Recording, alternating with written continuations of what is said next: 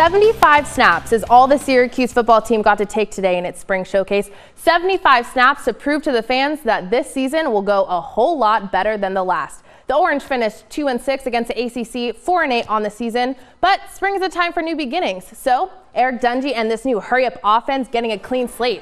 It'll be a priority to keep him healthy for the staff. And second stringer Zach Mahoney will be there if he isn't. Here, a pass directly to the defense. That's Antoine Cordy with the pick six.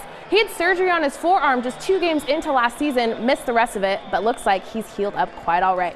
Dungey missed the last part of the season as well because of an injury. Oh, and almost a pick right there to Nadarius Fagan. There weren't any offensive TDs in the first half tonight. But in the fourth, Dungey throws a long ball to the corner of the end zone, and the 37-yard pass is complete to Devin Butler. He went one-on-one with Devin Butler. They have the same name, but no relation other than that. The Orange team wins 14-0. Not a strong offensive showing for SU, but head coach Dino Babers says it's too early to start making assumptions. You know, you're going to always judge by W's and L's, no matter what I say. That's how you're going to judge it. But coaches look at things differently. As long as we're progressing and we're moving along, it's not my first rodeo. It's the 3rd time that I've done this. I know what I'm looking for, and I think these guys are moving in the right direction. Today's scrimmage marked the end of the spring season. Fall practices for SU will begin in early August. The spring showcase happened in the Dome just before the Syracuse lacrosse team took the field for its senior day against Binghamton. SU will be graduating 12 seniors at the end of this season, among them SU's leading scorer, Nick Mariano. Mariano has 27 goals this season. 3 of them were game winners. Another notable senior is face-off extraordinaire Ben Williams. He won 8 today, officially making him Syracuse's all-time face-off wins leader. This guy has a long time to go before his senior day. Freshman Jamie Trimboli puts SU up 4-1 by the end of the first. Now, I know what you're thinking. This can't possibly end up being a 1-goal game. Well, think again. Stefan Petrelli caps off the 4-0 Binghamton run. Bearcats up 5-4. The Orange trying to keep their 9-game winning streak intact. Jordan Evans helps out with that. The score is flopped 6-5. Next up, Trimboli gets physical, looks around to find an open man, but says, "I'll take this myself." The bounce shot is good. Binghamton tacked on another goal just before SU ultimately shut the door on the Bearcats by a final score of 9-8. But hey, it wouldn't be a true 2017 SU lacrosse game if it weren't a 1-goal victory. The Orange entered the ACC tournament as the top seed. Friday, they'll face North Carolina in Durham, not Chapel Hill. Face-off is at 6. Tyler Lydon made the end of his college basketball career even more official today after signing with an agent. Priority Sports picked the 20-year-old Lydon after he announced a few weeks ago he was declaring for the draft. He'll now head to Chicago to prepare for it. Many speculate he could be picked as early as the late first round, maybe early second. The draft will take place near the end of June.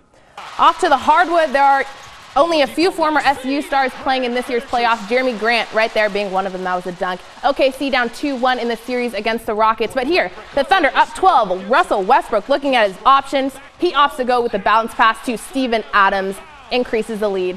But in the fourth, it's knotted up. Lou Williams drives to the hoop, and the floater is good. He draws a foul as well. Rockets take the lead. Less than a minute, Harden tries expanding that lead, drives in, pulls up, barely beats the shot clock, rocks up 5. OKC needs a miracle. Adams taking free throws, gets his own rebound, finds Westbrook hanging out in three-point land. That play was completely intentional. But on the other side of the court, Houston with the dunk by Nene drives the nail in the coffin. 113-109. The Rockets take the 3-1 lead in the series. Back on the local scene, the Syracuse Crunch are in the midst of its first round of playoffs against St. John's.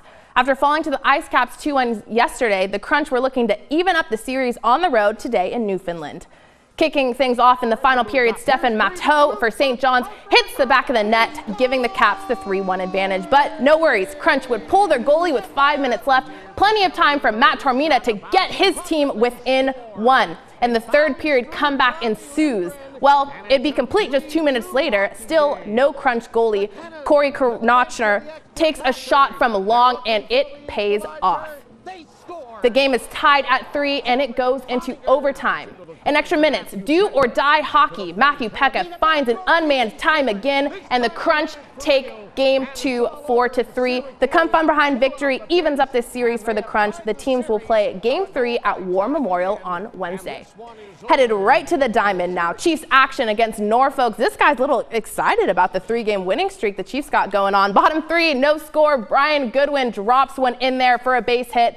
Adrian Sanchez comes around to score. 1-0 Chiefs. 2 batters later, Brandon Snyder singles home Goodwin and Caleb Ramsey. That was all the offensive production for either team in this one.